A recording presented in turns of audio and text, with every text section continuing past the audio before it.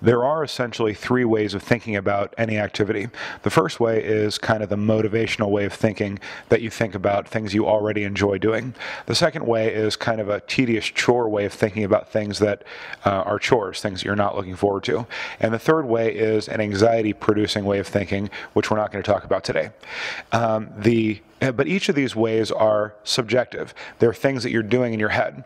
Some people really enjoy watching football. Some people would find that a tedious chore. Other people would enjoy cleaning. Other people think that that's a tedious chore.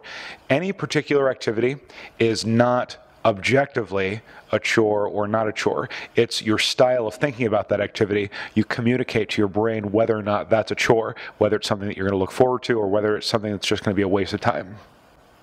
An interesting fact is that you could actually use that tedious chore way of thinking to start thinking that something that you previously enjoyed was a tedious chore. So if you are familiar with this tedious chore, that style of thinking, the way you might think about having to do the dishes or having to go somewhere you don't want to go, if you use that same style of thinking about something that you previously enjoyed, you could actually communicate to your brain that that's a tedious activity, and your brain will start to switch over.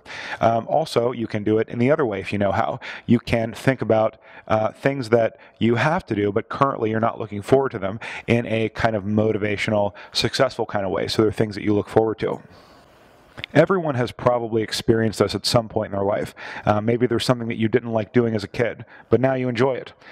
Pretty much, I would say anyone that likes yard work or gardening, they probably didn't like that as a kid. They probably acquired that that hobby, that enjoyment as they grew up. So, and it has nothing to do with them physically. It has to do with your style of thinking about that activity.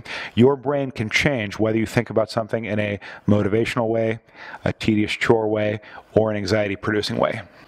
Unfortunately, since it's unconscious, most people can't do that on purpose.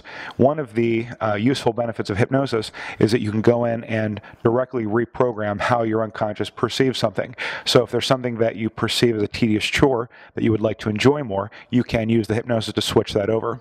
Also, it can work in the other way. Maybe there's something that you do too much of that you would like to see as a tedious chore. Hypnosis can do that as well.